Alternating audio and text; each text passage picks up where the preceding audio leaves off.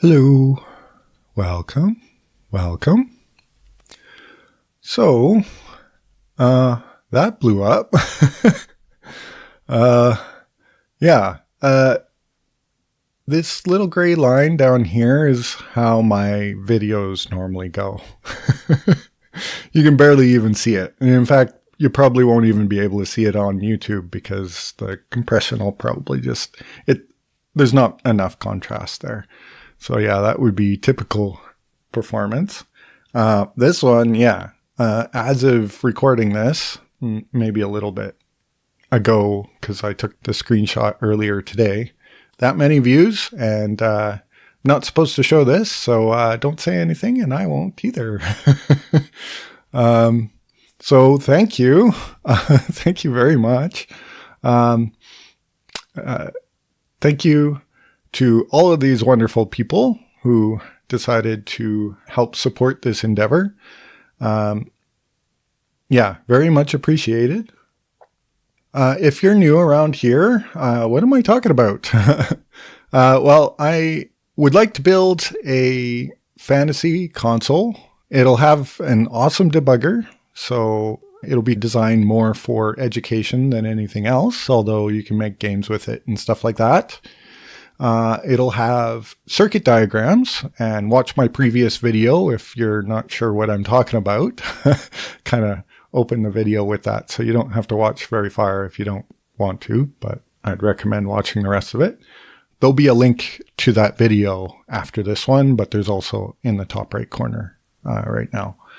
And it'll be designed to be a good teaching tool. So it'll show you what's happening inside the computer a lot better with the debugging interface and all of that. And hopefully it'll help combat AI brain rot.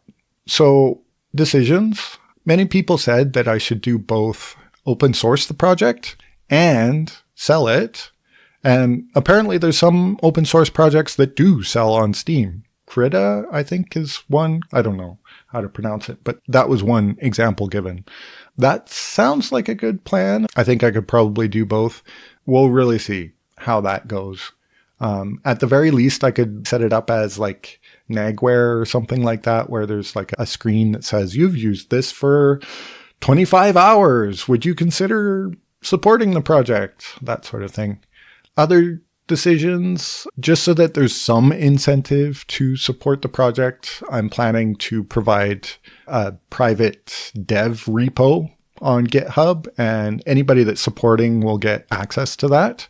One caveat is I don't know how this is going to work. I might have to ask people to share their GitHub usernames in order to do this. So I'll try and work out the details fairly shortly here and figure out how to do this. There's also going to be a public repo. Hopefully I can automate this. I'll set it up so that it's about a month behind the dev repo. So supporters will get access to things a month early, and then non-supporters will get access about a month later. And as well, if I do have a version that's sold, there'll be unlock keys or whatever so that you don't have to buy it some way. I don't know how that's going to work, but I'll try and make that doable for anybody that supported the project in any way. I've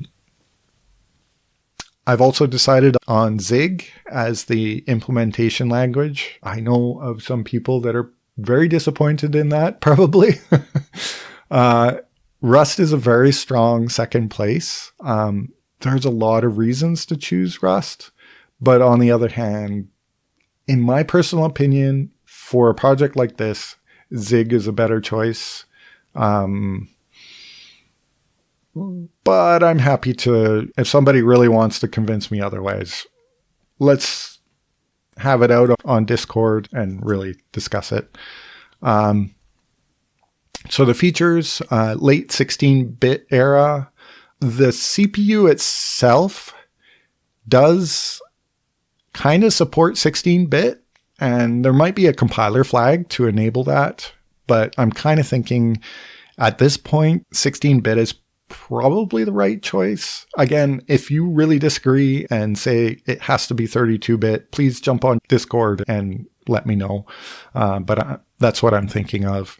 The 28-bit address bus is kind of excessive for a 16-bit era machine, but not all of that actually has to be mapped to physical devices. The graphics is probably going to be a Neo Geo inspired 640 by 360 and tile map based, palette based, sprite oriented.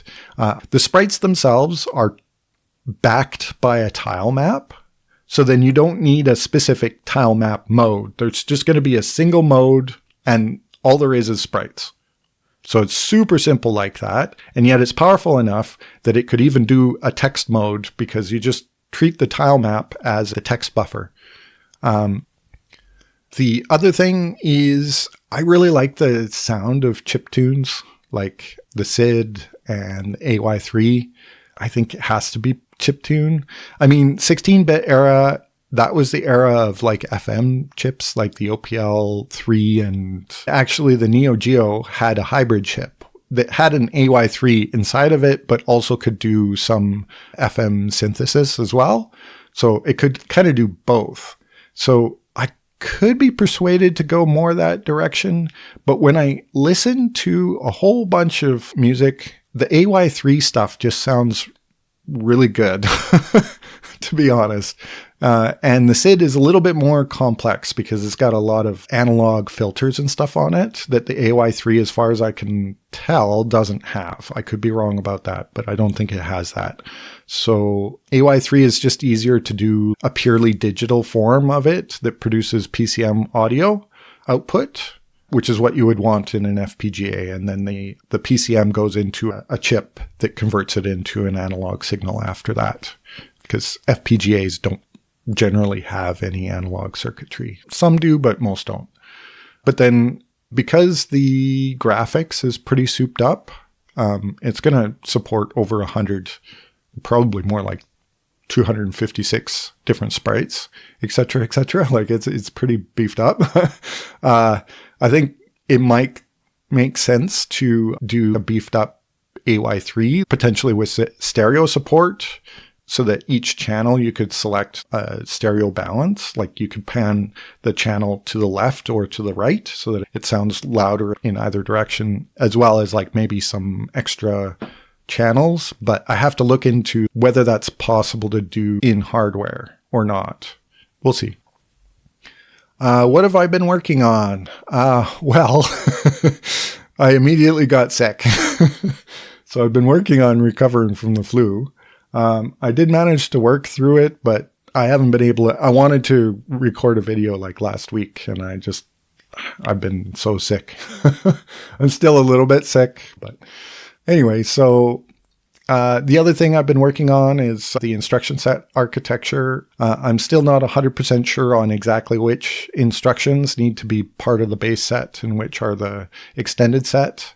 And some of the ones that are in the extended set, I don't know if I can. They require special hardware.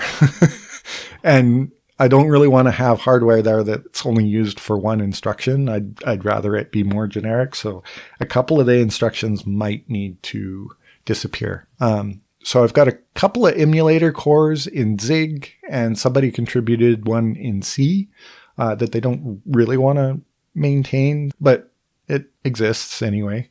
And I'm looking into the graphics implementation options and doing more research around that. I never finished my VDP project, but I got to do that in order to know what the stats will be on it. So I might try and get at least something mostly working, even if all of the race conditions aren't worked out of it. And I've been doing a lot of research into like sound chip implementation, as well as an MMU implementation. And I think I have some ideas how that's going to look. Okay, a bit of a tour of what's going on here. Some of the changes in this document I'm not sure about. A big thing, I realized that the div instruction could also act as the remainder instruction because it just replaces the top two values with the quotient and the remainder. And then you can just drop one of those if you don't need it. And then I realized I could do the same thing with multiply. You drop the upper word. So then that could free up a bunch of space in the extended area here.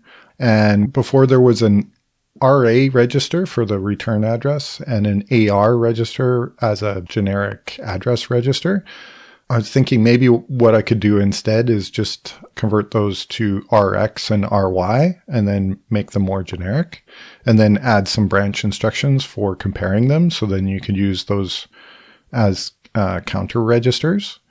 And then I was like, well, you could also make it so that you can do relative addressing from those and then address plus increment of those, and then you can use the branch instructions to compare them. So yeah, maybe I'll do this. I don't know. The issue is this adds a lot of hardware complexity, so it maybe isn't worth it. It's probably better just to leave the encoding space empty and not try and fill it with a bunch of things.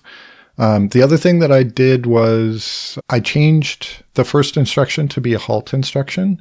This makes the tests and bootstrapping the tests a little bit easier. So before this was the syscall instruction, but then bootstrapping was awkward and it didn't really work. So I just changed the 0 instruction to be a halt.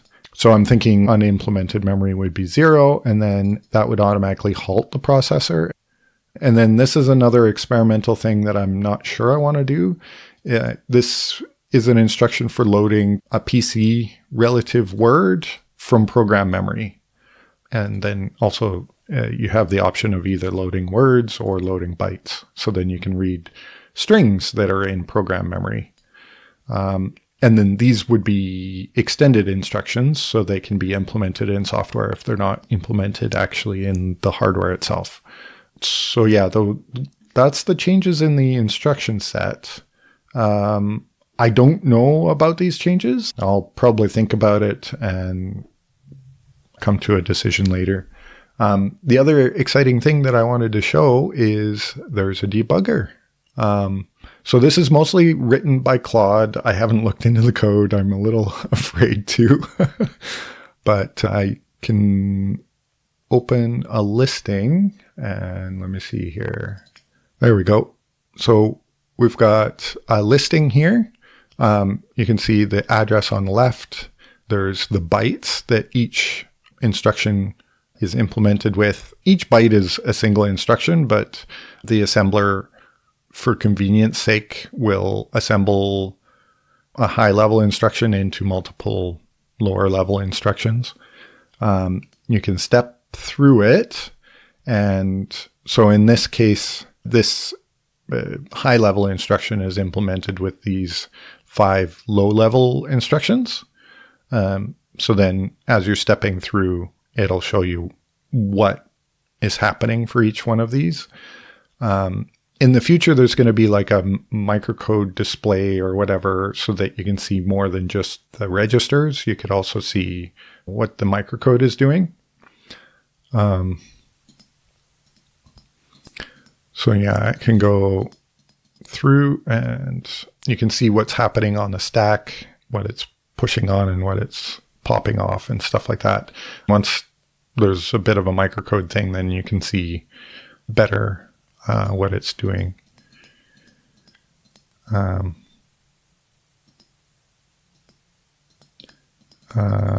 then I think at some point it goes into a loop. So it also has breakpoints.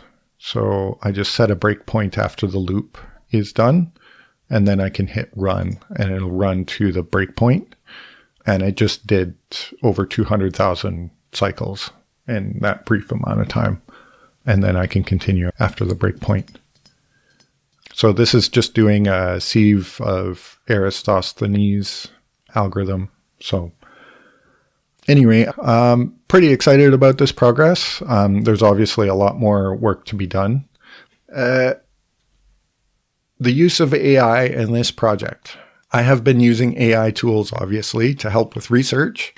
I've been using it to help with UI-related things and prototyping. And one of the emulator cores that's been written by AI, and to be upfront and honest, most of the tests have been written by AI. I'm probably going to continue to use AI to accelerate development because I'd like to get an MVP within about 3 months or so.